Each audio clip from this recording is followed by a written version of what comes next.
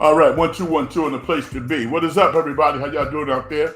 Once again, it is time for another edition of In the Dungeon Show, live and direct, coming to you on what was another, I think, pretty entertaining evening of sports. We focus a lot on the NBA, but we are on the periphery talking about whatever is happening. NBA potential free agency, NFL signings, drafts, so on and so forth. But I came on tonight because my team, the New York Knicks, sent the Philadelphia 76ers fishing. There you go. They win in 6 games, 4-2, 118-115. Jalen Brunson, 41 points, 12 assists. For the 4th game in this series, he's had over 40. And it's amazing. I mean, I've never seen a player like Jalen Brunson before. Now, you could argue that this is a different era of basketball that's really, really conducive to his skill set. There aren't a lot of really talented juggernaut defensive point guards in the NBA right now. There really aren't. So it's almost easy for him to get to the spots that he wants to get to. You couple that with the fact that he's really smart. He's mentally strong. He's physically strong. He has a low center of gravity. So the lack of height actually helps him because, again, he can get into those tight spaces. The other thing about Jalen Brunson, and nobody really talks about this, is that he doesn't have to compete to be the guy on his team. Jason Hart, Dante DiVincenzo, Hartenstein, Mitchell Robinson, they all know, and I'm sure the coaches are telling them also, yo, get the ball to Jalen. And then you couple that with the fact that Josh Hart and DiVincenzo played with him in college, so nothing has changed. We've never seen teammates migrate to the NBA, to the next level of sports in basketball, and have a seamless transition. You know they want to get Mikal Bridges somehow, some way, wearing a Knicks uniform. I don't know if that's going to happen, but this was impressive. Philly, I thought, fought gallantly, but basketball is hard for Philly. Number one, we could talk about Embiid not being 100%. I don't talk about that. If you're on the court, I expect you to produce. If you're not able to play like a Kawhi Leonard, then stay out. But nobody was saying that Joel Embiid's knee, he wasn't 100% when he scored 50. He scored 36 tonight. I will contend that if he was in better condition, he wouldn't get hurt as much. And I'm not one of these, quote, super fans. I actually heard what a super fan was. No, I have tremendous empathy and compassion for professional athletes. But honestly, tell me if I'm wrong. I have never seen Joel Embiid in shape. Never. I've seen him dominate games like nobody can. But when I think about what he could do if he was in shape,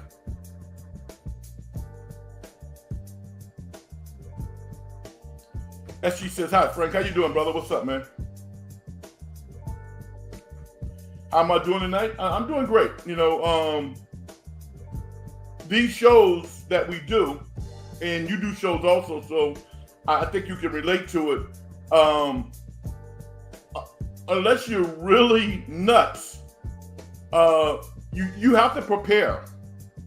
I don't just turn on the computer and just jump online. I don't do that. So this is a whole production, not necessarily a camera and filming production. I don't do a whole lot of that type of style of preparing, but I do a lot of informational work. And, I have to do a lot of mental thinking and critical thinking around what I want to talk about, and I have to come off like I know what the hell I'm talking about. Otherwise, why would you listen? So, not easy, but I enjoy doing it. I thank everybody for checking the show out. I just thoughts on Jalen Brunson double with 41 points. Well, I just talked about it. He is spectacular. He's been a godsend. The fact that the Knicks got him on a 4 or 5 year deal for $100 million gives them cap space, the ability to go out and sign Dante DiVincenzo, trade for a Josh Hart, maybe keep Hartenstein, because, if I'm a Warrior fan, if I'm a Golden State Warrior fan, and I don't know how they're going to do it because they obviously can't sign any big-time free agents. I guess they do have their mid-level this year. But Hartenstein, to me, would be perfect for the Warriors. And everybody knows that. So why would the Knicks want to give him up? They don't want to give him up. But he's going to command a nice salary.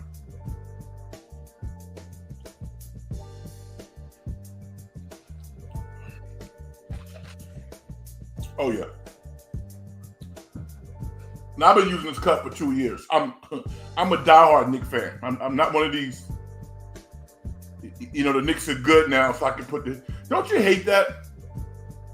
Don't you hate that when you're walking around the park, you're at Target somewhere, and all of a sudden, a team in baseball that hasn't been any good in a long time, or basketball, or whatever the sport, all of a sudden, people start popping up with jerseys on.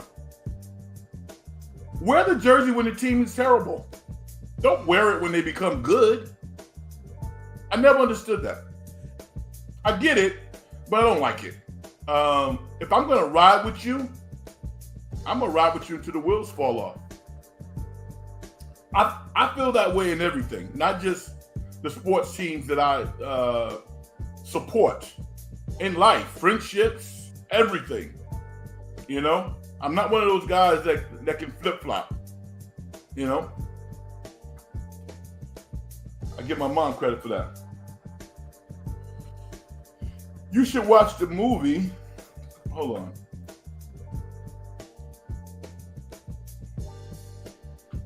You should watch the movie The Bad News Bears. It's such a funny film, which is about Morris Buttermaker, alcoholic pool cleaner and former minor leaguer.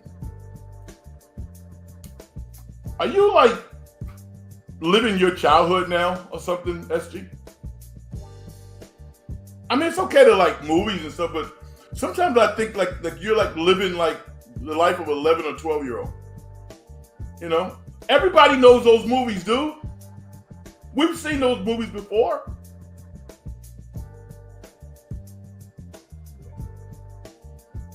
Mark Gray says bandwagon fans don't like it. Nah, me neither. Mark, the interesting thing about bandwagon fans is they're the people that come out that want to fire the coach right away. Get rid of the coach. Fire the GM. The player's past his prime. He can't play anymore. I mean, this is a journey. It's funny because watching the New York Knicks play, particularly at the Garden, you feel that relationship between the fans and the players. I love that. I love being a Knicks fan. I'm a fan of two things, the Knicks and my mother. That's it. And I would even say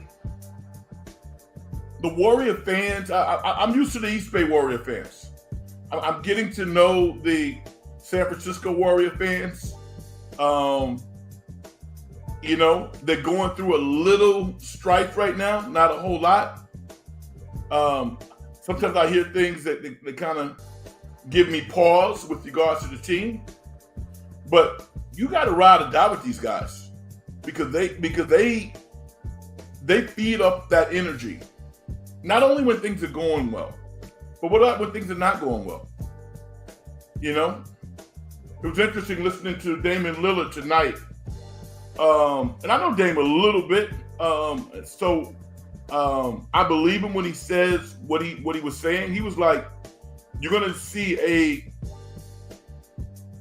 significant difference in our team next year, and particularly how I play."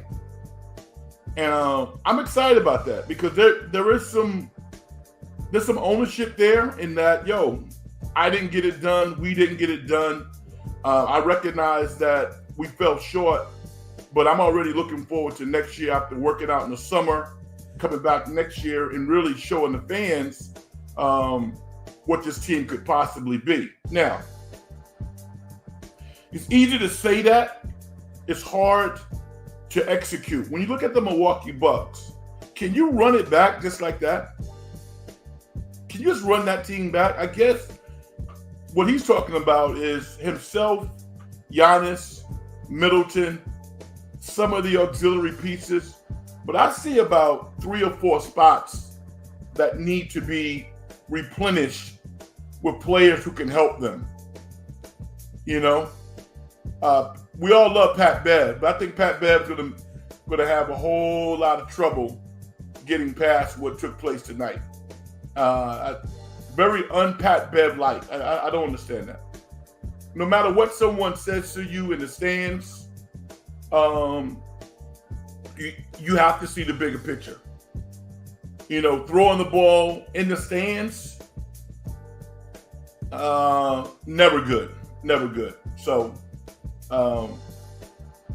I think Pat Bev knew that he had done some stuff wrong. He's got to pay a pretty tough consequence for being 35. Hopefully he'll get another opportunity next year after being suspended. He's going to get suspended, no doubt about that.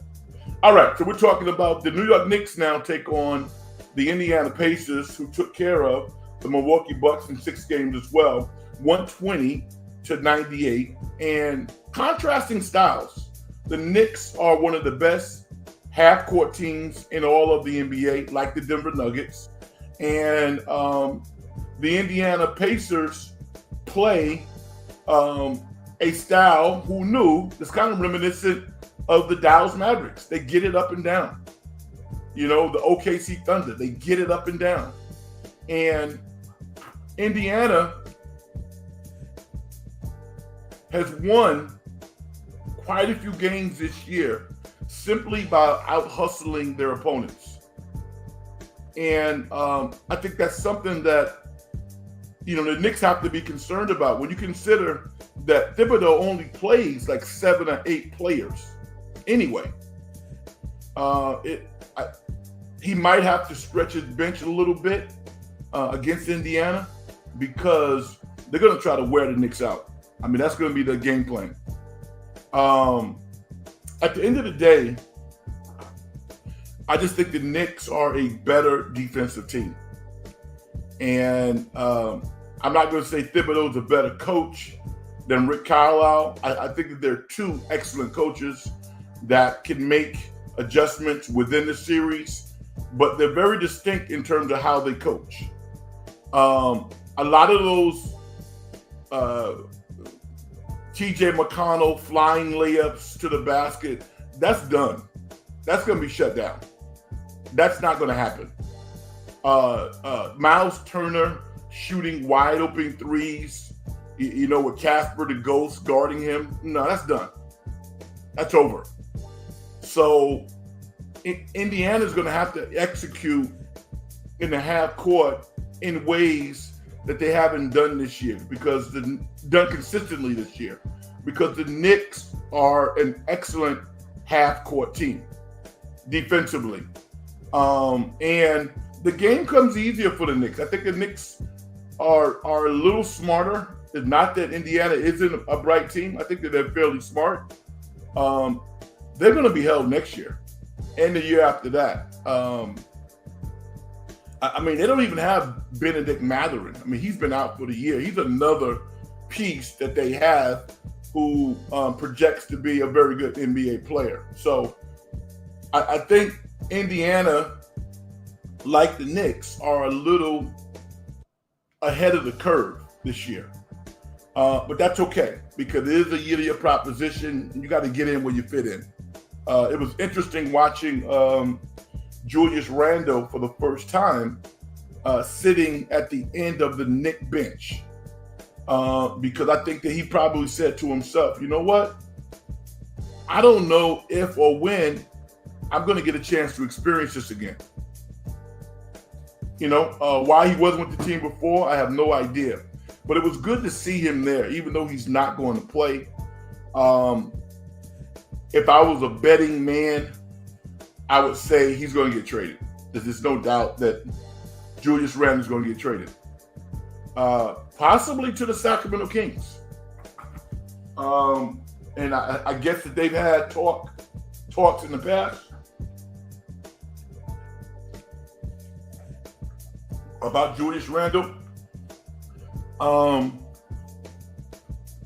It actually works for both teams because I think that moving Randle maybe for a serviceable player from the Kings and maybe a pick gives them an opportunity to free up some of that money. And from Sacramento's standpoint, they get better. Sacramento has to get better. They have to.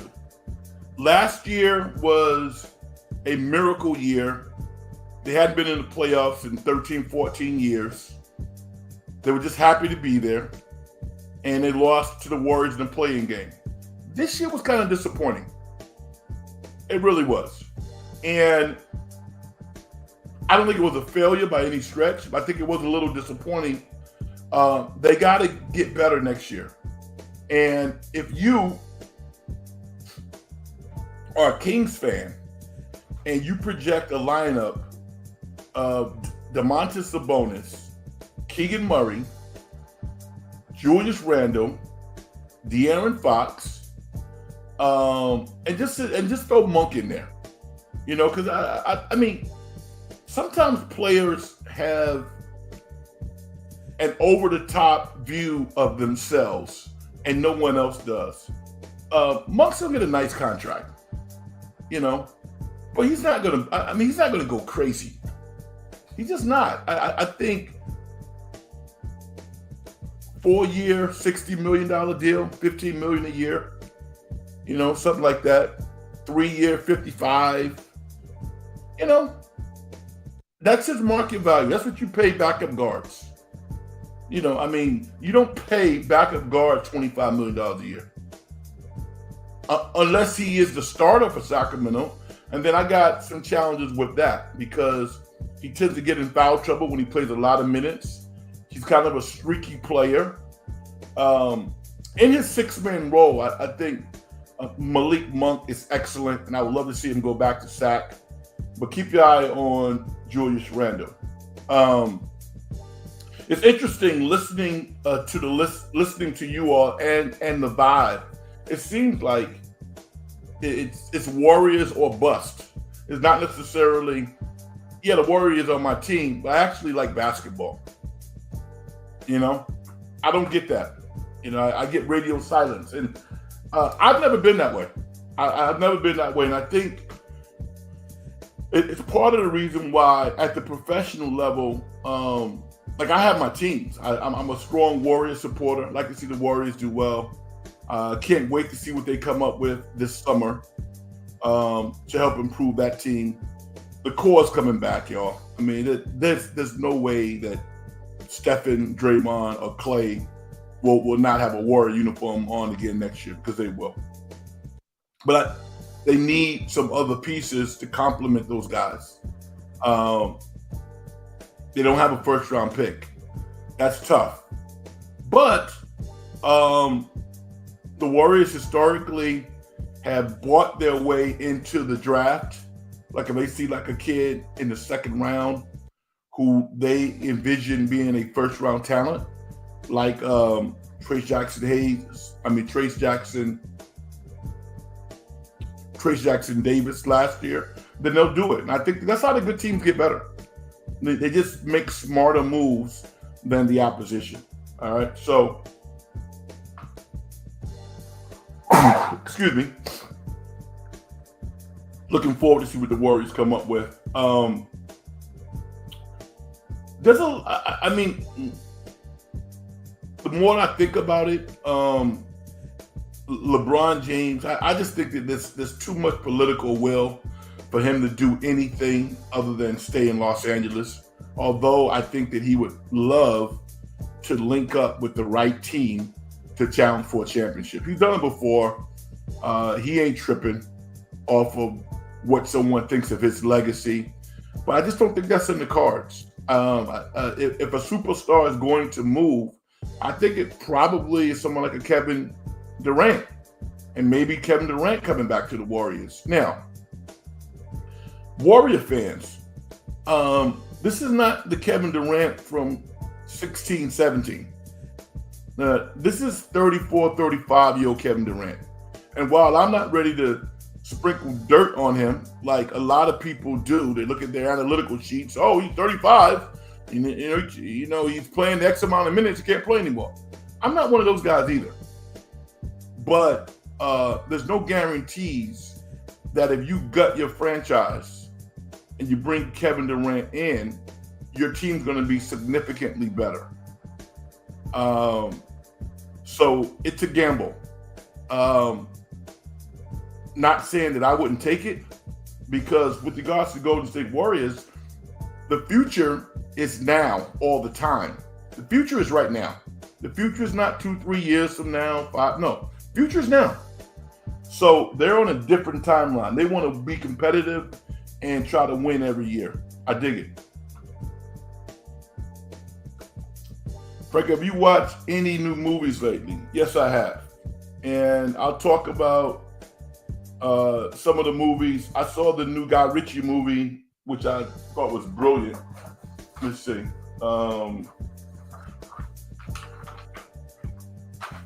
Yeah.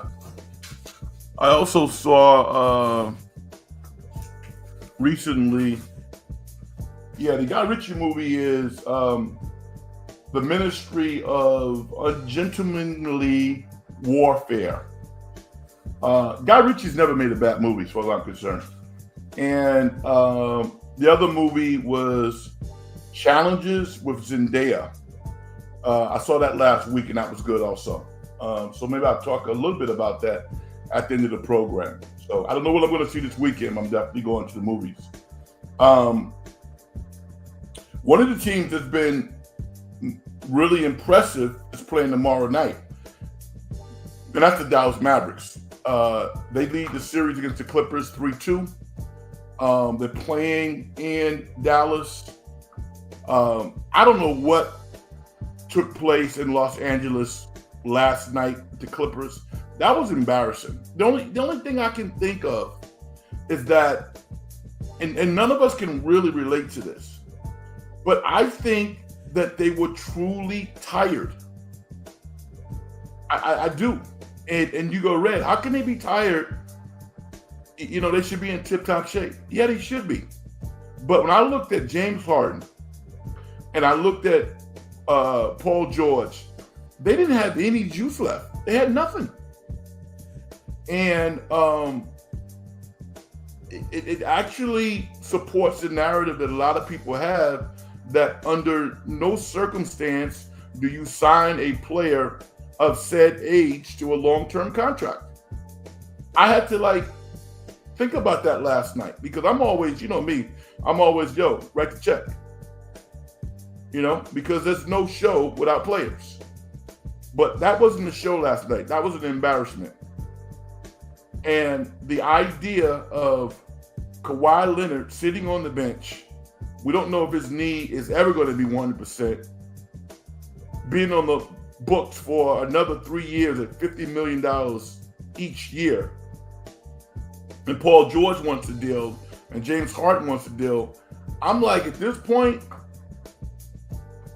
I wouldn't give either one of those guys a deal more than 3 years. And maybe the first 2 years will be guaranteed, and the third year is kind of a buyout deal. I don't know. But I expect them to come out tomorrow night and play much better. Whether or not they can beat Dallas at home, they've already done it. Um, wouldn't surprise me if the Clippers won. It really wouldn't. But Dallas are the prohibitive favorites at this point. But I don't know if any of you guys thought about that also. The dollars are so big now with these contracts. And I know a lot of people said red. I've been saying this forever. And you've been in contrast in terms of your thinking about this. But I'm starting to, maybe widen my view a little bit in terms of how much money should be extended to players once they get to a certain age. I still think they can be productive. They can be really productive. Look at LeBron. But do you want to extend them for more than 3 years? 3 years maximum. Probably not. I think that's where the Warriors are with Klay Thompson.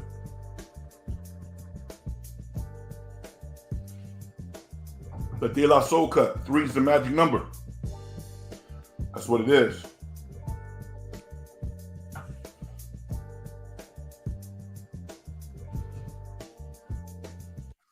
Actually, we're not talking about movies right now. All right. So if you have a sports take, and then we can get into the movies, and then we can possibly talk about that. But that's not what we're talking about right now. We're talking about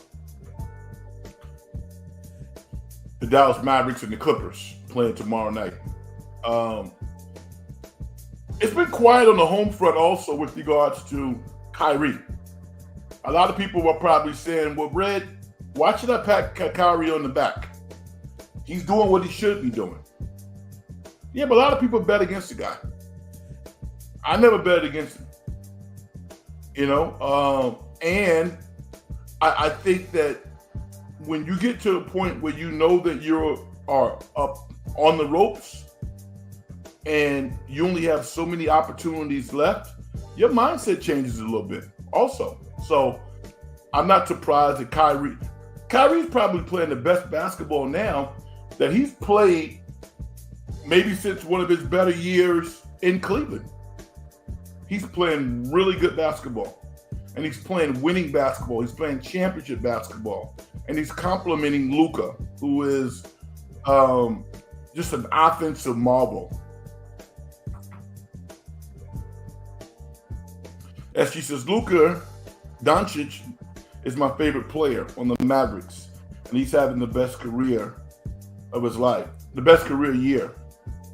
Yeah, he's playing really, really well. And he deserves a lot of credit for it. But I think, when you look at his impact on winning, SG, it's because the talent around him is better. They're more defensive oriented, and certainly they have more firepower with Kyrie Irving. Kyrie Irving is a number one option.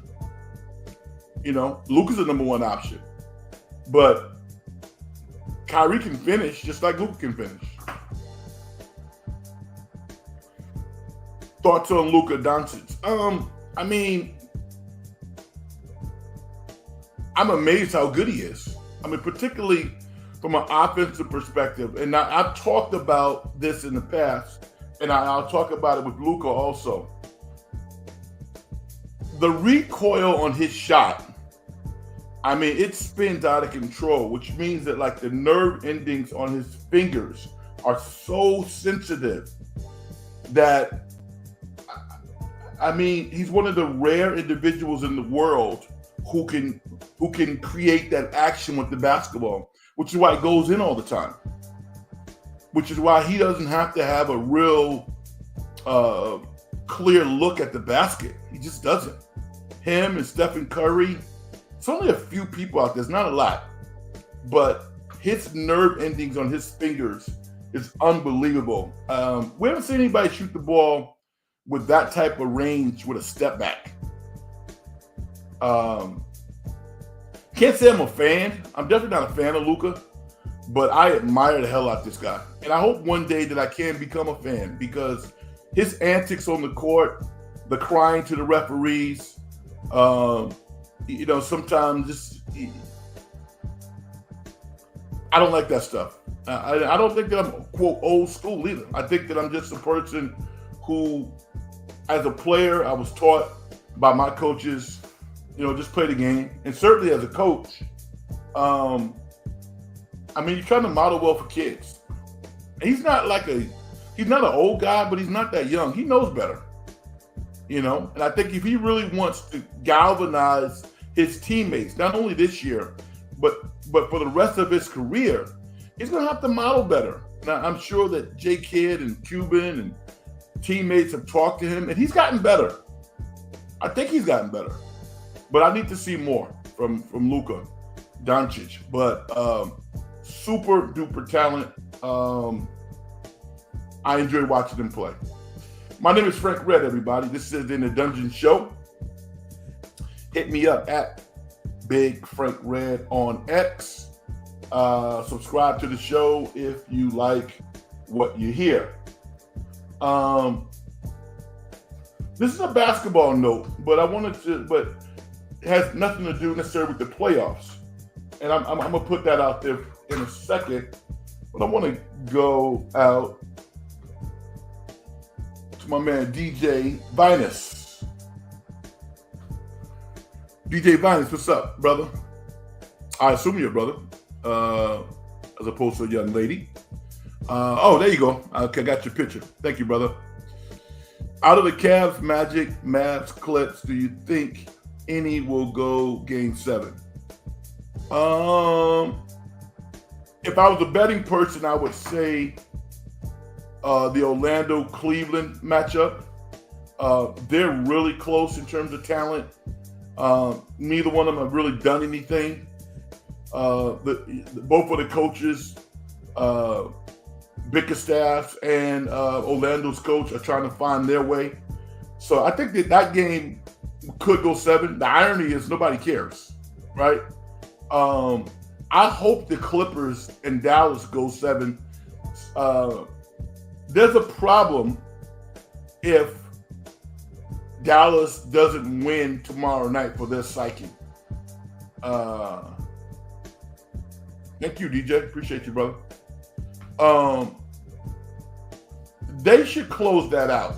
Jason Kidd is going to get some real hard stares from Mark Cuban tomorrow if they don't win that game.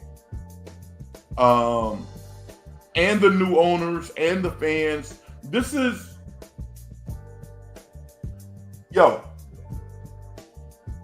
the most important game that Jason Kidd has ever coached in his life.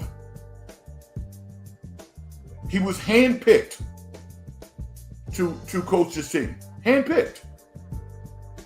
And granted, if they went to Game 7 in Los Angeles and they beat the Clippers, okay, all bets are off, no problem. They're still moving on to the second round. But if they lose Game 7, J. Kidd could get fired. And it would not be the most egregious firing that I've ever seen. He needs to win tomorrow night, to be quite honest. They have everything going for them. They have Kawhi, Kawhi's not going to play, I don't think, again this year. I think he's done. He's done. So you're going to let somebody come in your building and get a win?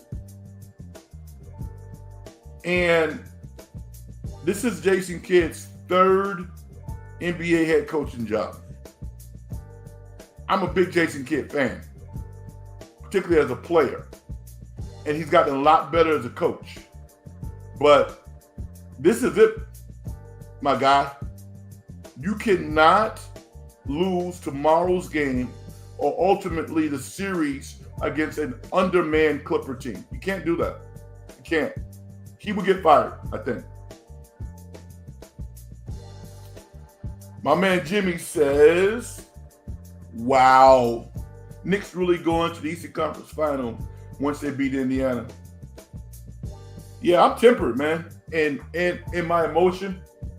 I got a good friend who, I talk to on social media, and if we live close to each other, we talk probably even more.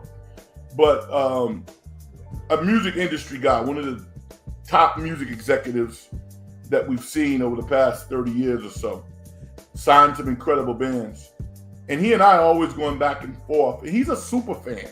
He calls himself a super fan. I didn't know what super fans were, but super fans are like, the Steelers of the world, people who are just the Spike Lees, I'm more tempered.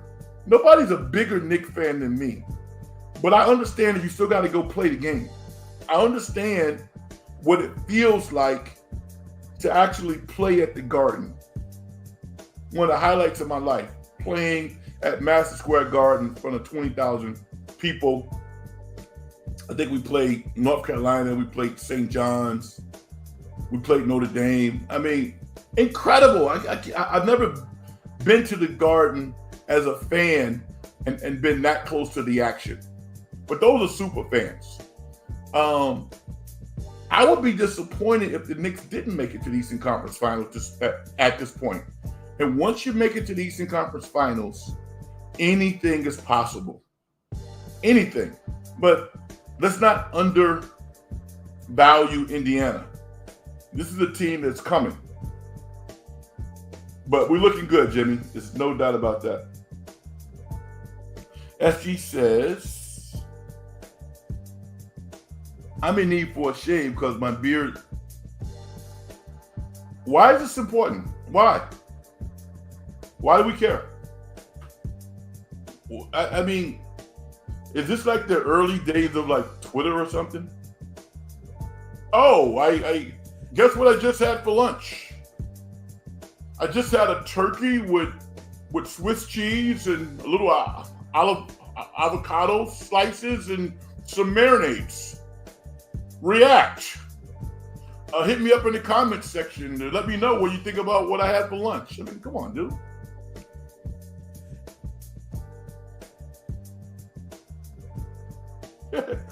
Jimmy says, sorry if you already went over this. Where do you think the Bucks go from here? I briefly talked about it, and I mean, they have the greatest excuse in the history of mankind. One of the top 5 players in the world didn't play in the series. So if Giannis didn't play, and he didn't play,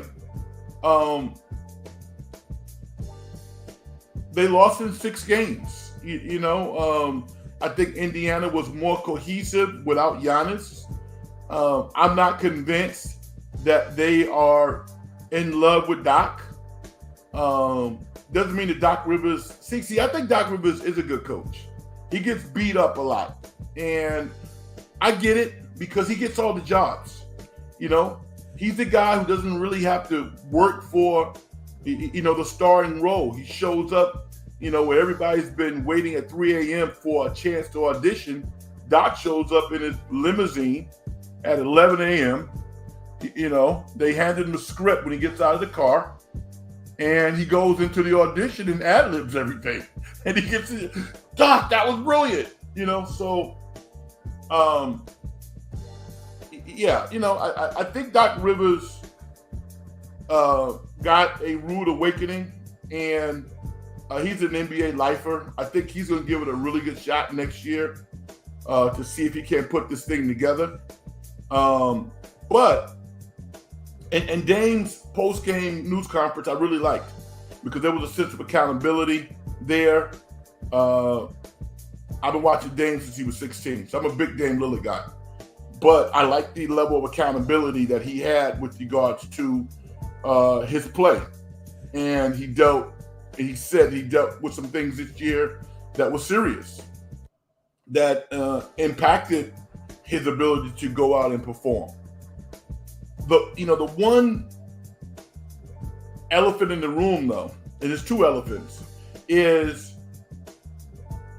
if either Dame or Giannis really doesn't want to be in Milwaukee, then the Milwaukee Bucks have to be open to trading one or both of those guys. That's just how professional sports are now, particularly in the NBA. And one of the things about Sam Presti is so impressive as an executive. Sam Presti never holds any player up. Never. If you are a player for OKC and you don't want to be there, he's going to trade you. And it's not going to take a long time. What he will tell you is this: we're going to do a deal that's going to help you. It's going to help us. But we're not going to play games here. Think about what he did with Paul George. He traded Paul George to the Clippers for Gil Alexander. Shea Alexander. Because, I don't know if he knew he was going to be this good, but he knew that he had a bona fide guy who was going to be a stalwart for his team for a long period of time. Now, to really validate his thinking, they gave Shea Gillis a $175 million contract, a max contract, early on in his career. Literally, after his third year, he had a max contract. And he's done nothing but validate the support and the belief that Sam Presti and that ownership group had of him. So Milwaukee was disappointing this year. Some of the antics that I saw on the team, OG Bobby Portis, come on, dude. Too old for that. Too old. You can't control your emotions on the court. What are you, 35? 34, 35? Pat Bev doing this thing tonight. So I think they need to tinker. They need to get more aligned. With regards to Giannis's brother, I either want to see him get a chance to play in the rotation or let him go. I think he's almost a distraction now. Kind of like a cheerleader, like an ornament. And that's not fair to him. And it's not fair to other players. Because I think the guy can play. Go find your way. Go get on the court. Because now, you got other players probably saying his brother's only there because he's Giannis's brother.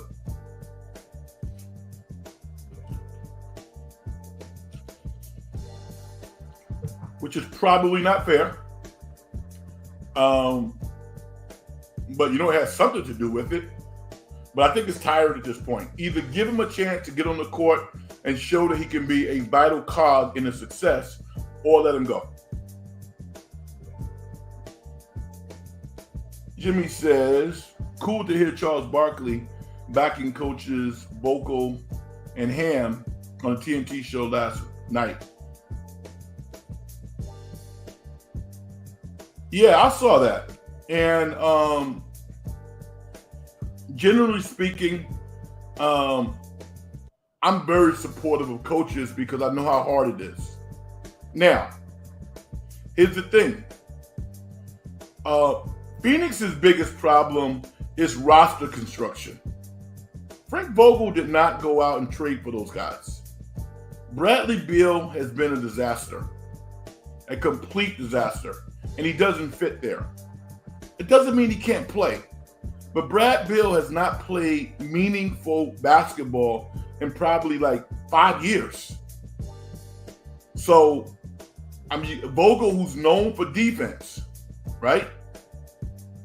You expect him to all of a sudden transform Bradley Beal into a defensive juggernaut? It's not going to happen. That's not how Brad Beal sees his game. So, I think they need to find a home for him. I don't know if they can trade him or not, but he didn't work. He really didn't. Kevin Durant is loyal, so he's not going to chirp too much about getting out of there. He makes $50 million a year. But they got some real questions to answer.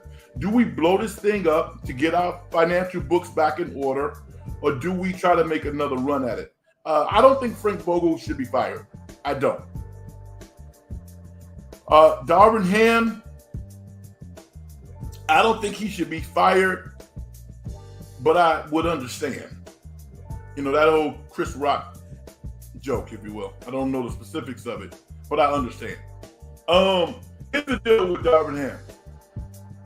Darvin Ham lacks coaching experience.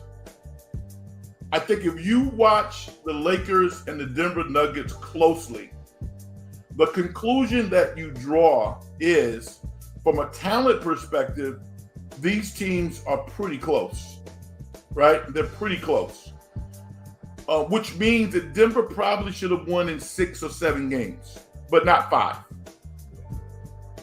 There were some key moves within this particular series that really hurt the Lakers. I mean, I'll just give you one. Matt Christie, 6'6" guard out of Michigan State. Why can't you use him as a situational defensive player? At the end of games, Denver got whatever they wanted to get offensively in the half court. There was no resistance. All the Lakers had to do is get one stop. If I'm coaching the Lakers, Austin Reeves cannot be on the court in a defensive situation that matters. I have to have somebody at the scorer's table ready to come in for him and put it back in on offense.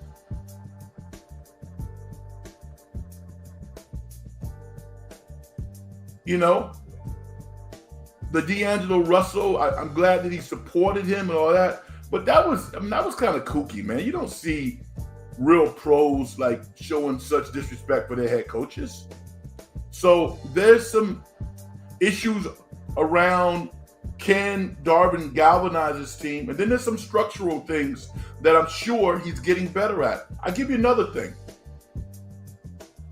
Why are the Lakers one of the few teams that really don't play zone? Now, I'm a man-to-man guy.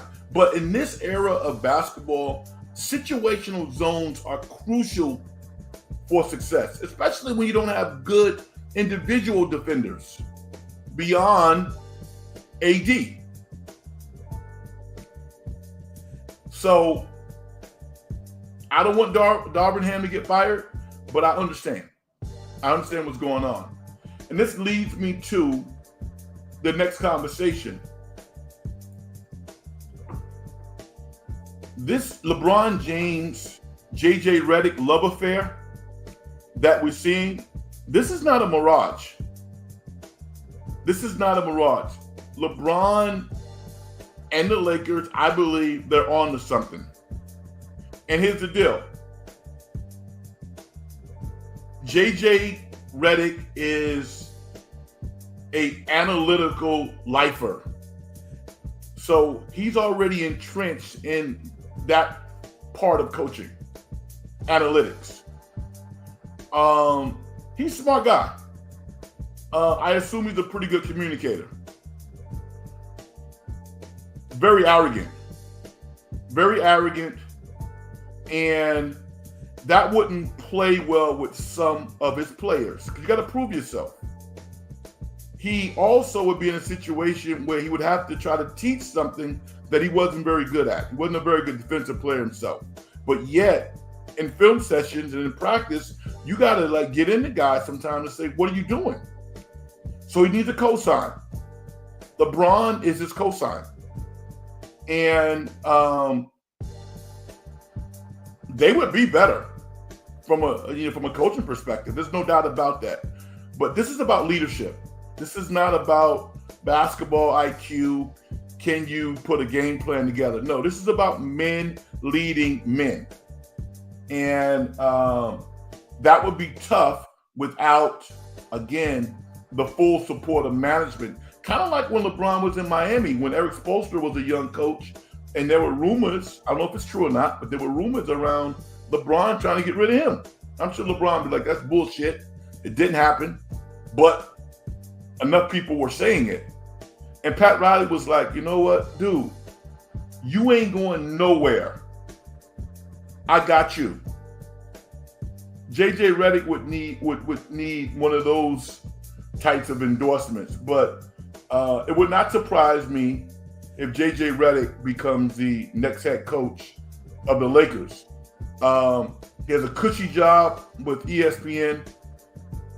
His podcast, he got a good thing going. This guy is very successful. which means that the Lakers would have to write him a big check.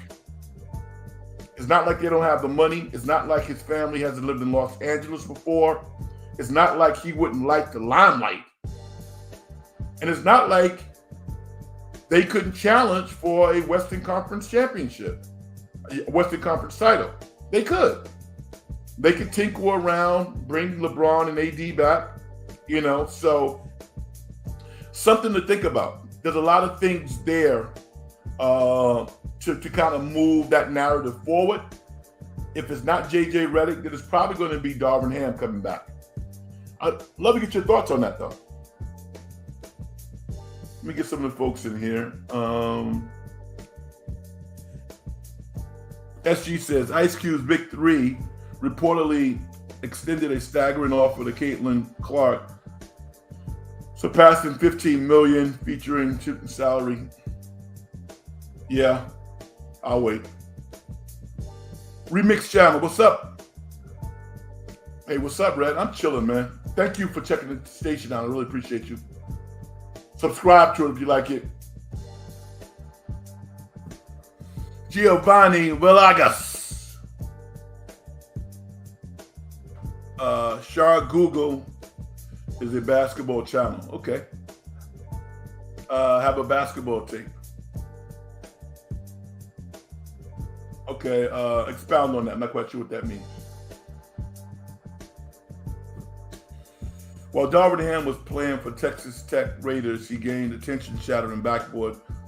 Okay, so we know this.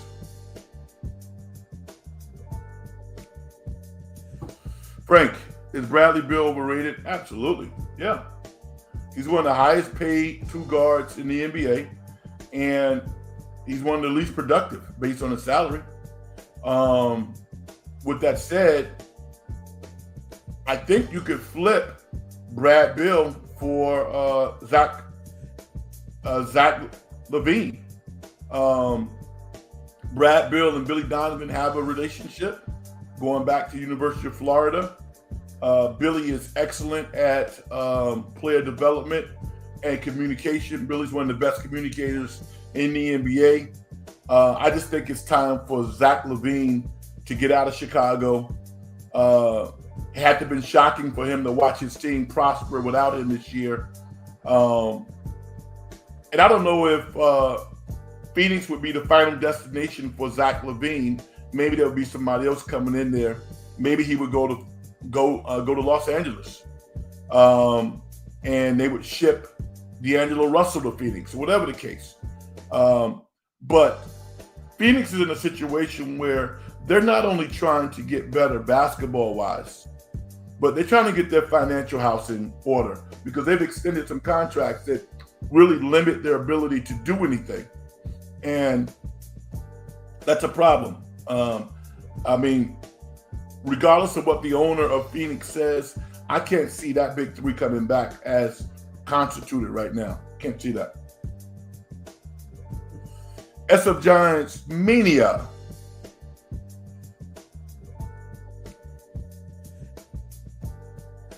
Appreciate you, brother. Thank you. Self-explanatory. Stop trolling.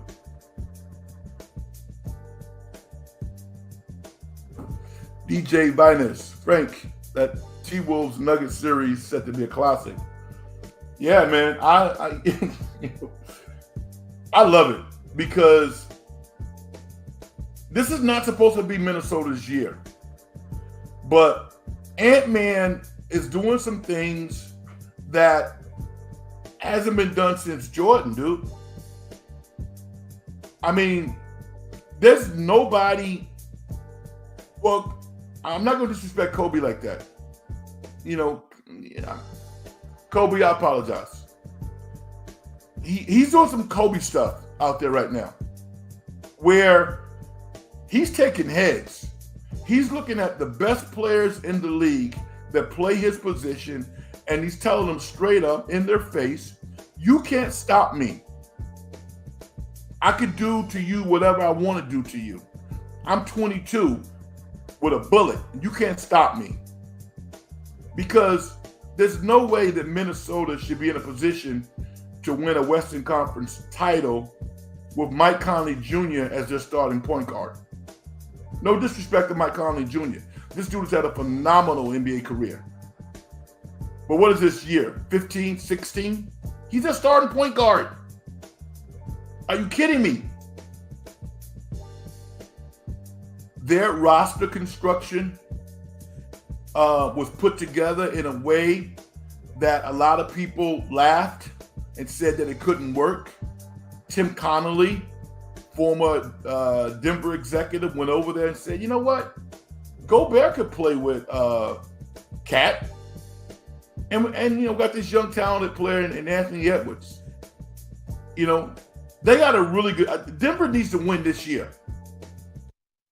I don't know how Michael Porter Jr. is playing as well as he's playing with all of the strife that he has going on in his life. Maybe that was one series against the Lakers. It's gonna be interesting. 7-game series. 7-game series. I can't wait because it's funny. You know what's funny? These two teams individually are actually not very interesting to watch. But now when you put them together, because of their improvement and because of the style of play, they're actually interesting to watch. So I'm looking forward to it.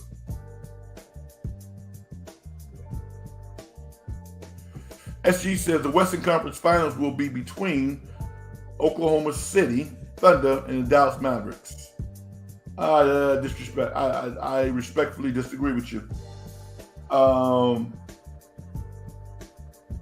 Nuggets or Minnesota will be in the Western Conference Finals.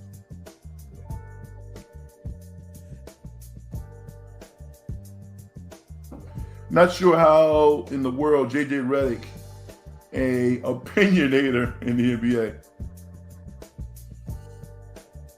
Explain that a little more. What do you mean by that? What do you mean by that? I'll have an answer for you. Just expound a little bit more. The lovely Vicky. How you doing, Vicky? Hi, Frank. Glad LA is gone. Yeah, they're gone. But Vicky, you would probably admit, like I said, though, from a physical talent perspective, they're not that far off from Denver. From a mental standpoint, they're like galaxies away. I mean, they're just not that smart a team, the Lakers, which is interesting when you consider LeBron is one of the smartest players in all of basketball. So the game is hard for them, offensively and defensively. It's a shame because they could have upset Denver this year. I honestly believe they could have. But it wasn't tight.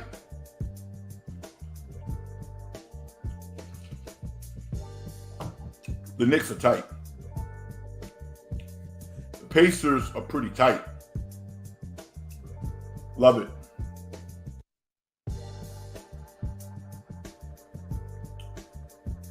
Rookie and Friends, what's up? Frank, who would you take if you had a choice between Anthony Edwards and Anthony Edwards? And I've said it 1,000 times. I was wrong on him. I thought Anthony Edwards would be good, but I didn't see this happening. SGA. He has one of those like mansions where the ceiling is way up there, but you can see it. I can see the ceiling. I can't see the ceiling on Ant-Man. I can't. Remember last game when Ant-Man was on the left side of the court and he took 2 hard dribbles with his left hand and elevated outside of the lane and smashed on somebody? Who'd he smashed on? That's Jordan stuff. You can't, listen, you know how fearless this dude is? He's 22. Nobody in the league can do the things that he can do. Nobody can do what he can do. So I'm taking Ant-Man all day. SGA, I love him. Good player. But I think Ant-Man's in the class by himself. That wasn't for you, Frank. Okay. It was for SG. I appreciate you, bro.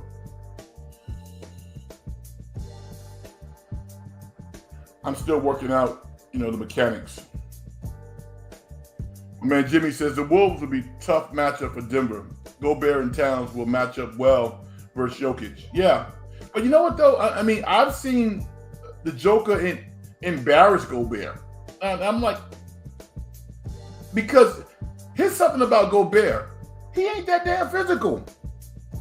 For somebody who's 7'3", 7'4", he's not that physical. Mitchell Robinson is physical. Isaiah Hartenstein is physical. Gobert's not that physical. He has great timing. He blocks a lot of shots. He can rebound. But he needs to be physical. Literally, he needs to be willing to get into a fight with Jokic if it comes down to that. If you want to win. Because Jokic is going to do whatever it takes to win for Denver. He's proven that.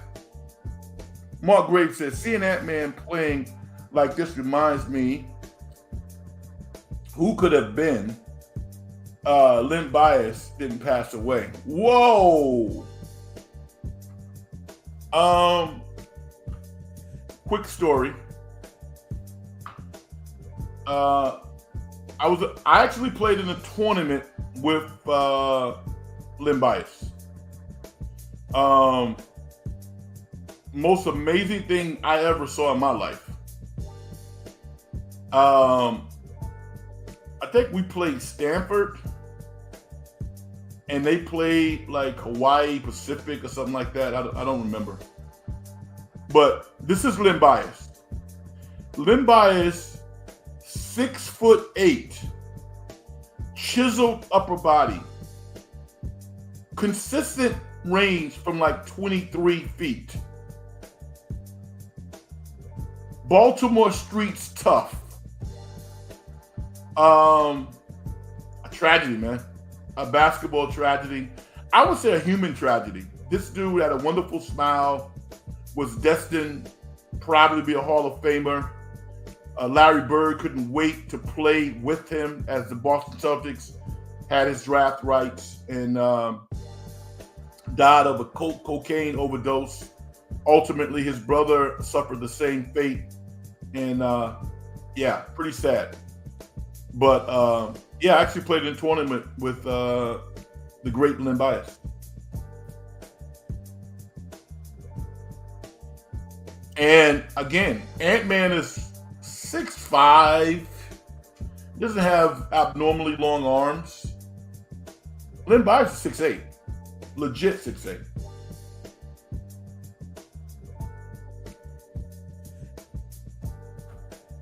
SG says, I'm going with the Dallas Mavericks winning it all this year. Go to Vegas with that, B. Make some money. Vicky says, Minnesota reminds me of a young war. Explain that, Vicky. Please.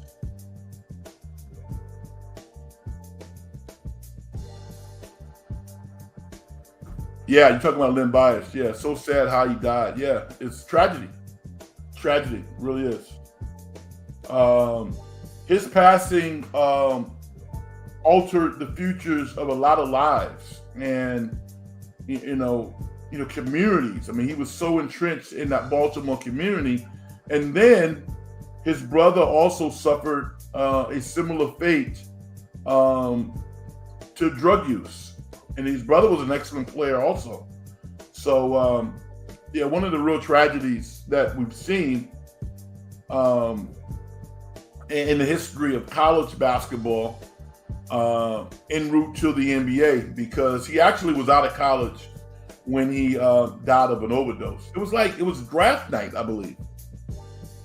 The day before draft, or the day of the draft. I mean, it was unbelievable.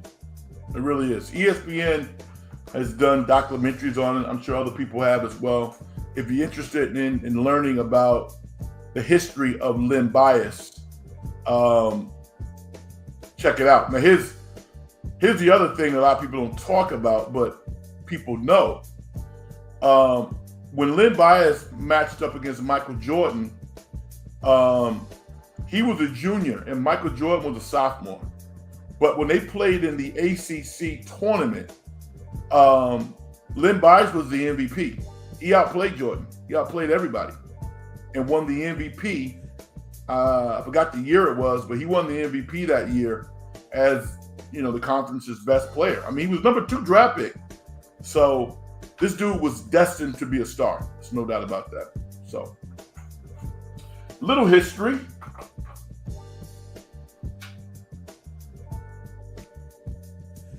Wow. 11:40. I wanted to sneak in one thing I thought was interesting. A couple of things. First of all, I'm going to transition. This Dallas Cowboy, Jerry Jones, Dak Prescott thing is getting interesting now. Jerry Jones does not want to pay Dak. Doesn't want to pay him. And Jerry Jones is not used to losing arguments or financial battles with players. And rightfully so. He's a billionaire. And most players are generally just trying to make a living. Dak's not in that situation. Dak's been paid probably a couple of $100 million already. He has a lot of money. And slowly but surely, I think he's starting to see that he might have to play somewhere else. I actually think that Dallas is going to slow walk this thing. I don't think they're going to extend Dak's contract. I think, he's going to count a ton against their books. And I think he's going to be a free agent next year. And in a perfect world, I actually think the Dallas Cowboys want to draft Shadir Sanders. I just see that. There's only a few teams in the NFL next year that would even be looking for a quarterback. So it's not like it can't happen. Even if Dallas is pretty good this year, and I think that they will be pretty good. How good? I don't know. Now, if they won a Super Bowl this year, could that alter this potential narrative? Certainly. But, this is getting nasty. I don't think Jerry Jones wants to pay Dak. And I think Dak is looking at other locations beyond Dallas. Now, I get it. I'm a Dak guy. I already am. I think he does things the right way. I don't think he should totally be defined by his failures in the playoffs. It's never about one guy. Hell, we saw Trent Dilfer win the Super Bowl. All right. We've seen quarterbacks not play well and still be lauded as a champion. Ben Roethlisberger's first Super Bowl ring was not great by any stretch of the imagination. So we've seen this before. The other thing, talking about the Pittsburgh Steelers, they ain't playing. They're not picking up Justin Fields' fifth-year option, which makes sense because they would be on the hook for $25 million, and he hasn't proven himself. So he'll be a free agent, and if he plays well, then he's going to get a bag. I love it. This one's a little interesting. Najee Harris, they're not picking his fifth-year option up either. I guess it would be fully guaranteed. It's only $6.7 million. If anybody on that team resembles like the Haywards of the world, the Fitzpatricks, it's Harris. Najee Harris is a worker. And $6.7 million to me doesn't seem like a whole lot of money. So I was a little shocked they didn't pick that one up. But it doesn't mean that he can't be re-signed. But hopefully that doesn't cause any strife on the team, because I think that he deserved to get his fifth year picked up based off how he played last year. All right, let me get my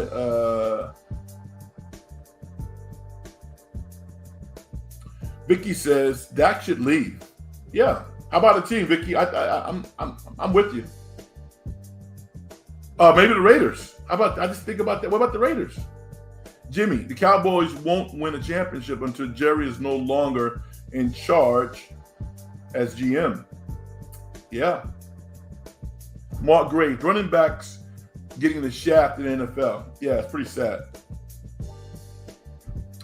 Dak should leave. Another team would love him. Sometimes you just need a new place. True indeed. True indeed, Vicky.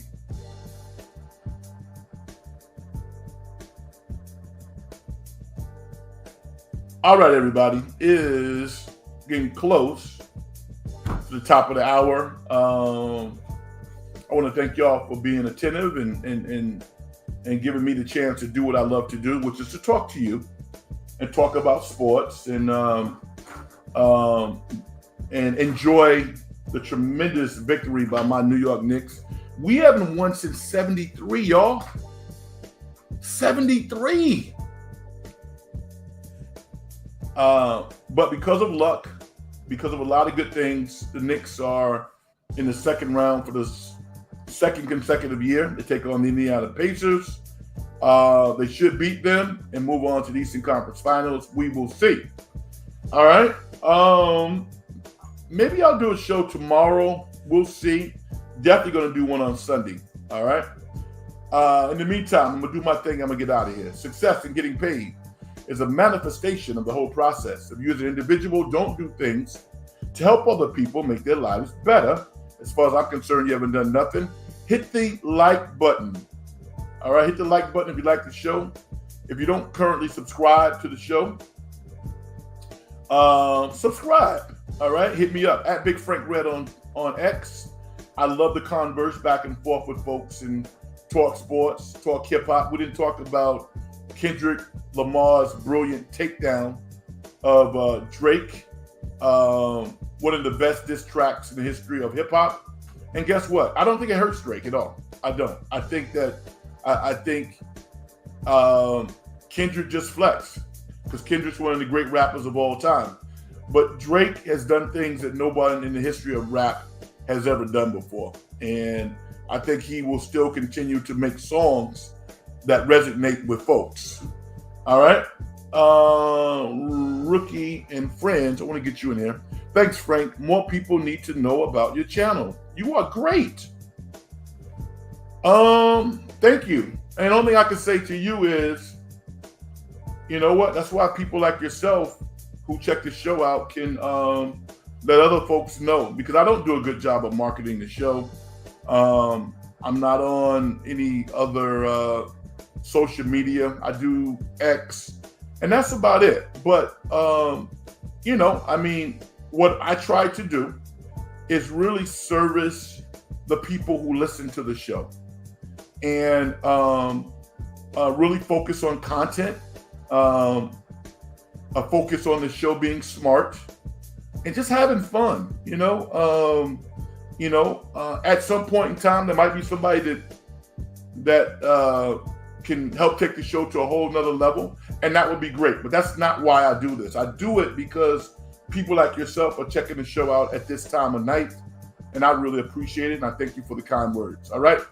With that said, hit the like button, subscribe, follow me on X at Big Frank Red.